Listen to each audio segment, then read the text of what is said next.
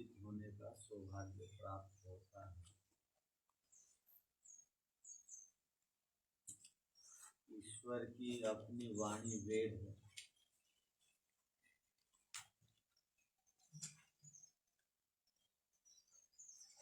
उनकी वाणी वेद का हम अपनी वाणी से जब उच्चारण करते हैं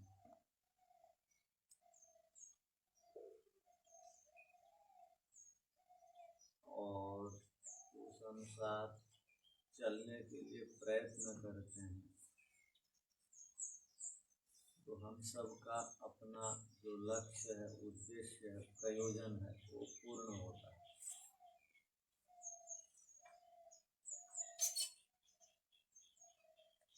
जब जब व्यक्ति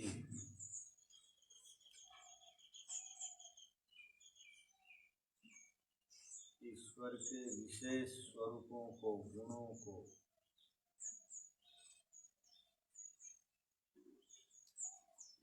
और उनकी सभी विशेषताओं को जानता है, समझता है,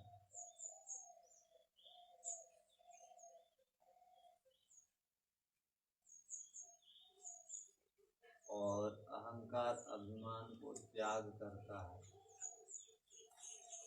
वह जीवन में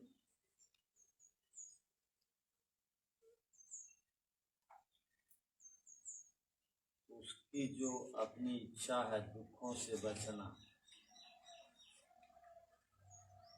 और सुख को प्राप्त करना, उसकी अपनी इच्छा को वो प्राप्त करने में सक्षम के समान होता है।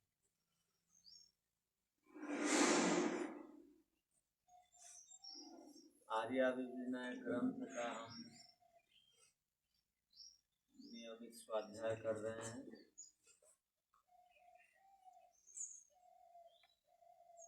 नियमित ईश्वर की विशेषताओं से परिचित हो रहे हैं।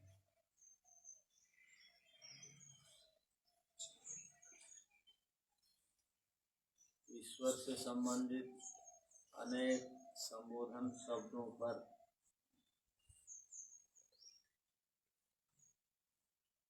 हम विगत अनेक दिनों से विचार कर रहे हैं।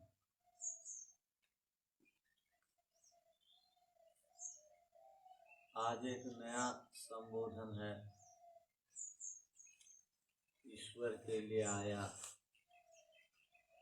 अर्थात महर्षि दयानंद जी ने ईश्वर को संबोधित करते हुए कहा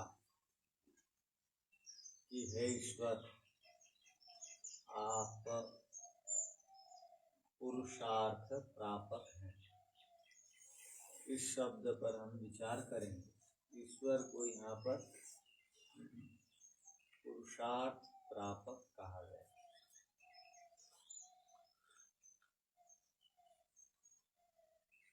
अब हम पुरुष शब्द का अर्थ को और प्रापक शब्द का अर्थ को, और दोनों शब्द मिल करके एक शब्द बना पुरुषार्थ। पुरुष अर्थ पुरुषार्थ, इस शब्द का अर्थ को समझने के लिए प्रयत्न करें। सभी आदमियों में और सभी स्त्रियों में, जिनको हम औरत बोलते हैं, महिला, उन सब महिलाओं में, औरतों में, स्त्रियों में, आदमियों में एक चेतन सत्ता है जिसको आत्मा कहते हैं, जिसके रहने से वह शरीरधारी प्राणी बोलता, आता, जाता, खाता, पीता, श्रम करता है। तो सभी आदमियों में, औरतों में जो चेतन सत्ता अंदर विद्यमान है उसको पुरुष कहा जाता है।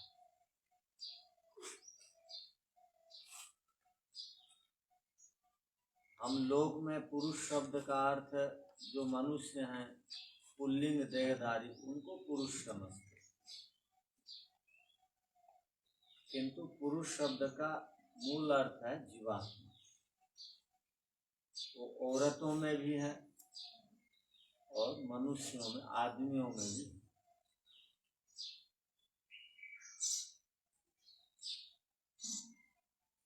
और अर्थ कहते हैं, एक शब्द के अनेक अर्थ होते हैं। अर्थ का अर्थ, शब्द का अर्थ को भी बोलते हैं, अर्थ का अर्थ धन को भी कहा जाता है, किंतु यहाँ पर अर्थ शब्द का अर्थ है प्रयोजन, उद्देश्य, लक्ष्य, परिणति। तो ये अर्थ शब्द का यहाँ पर अर्थ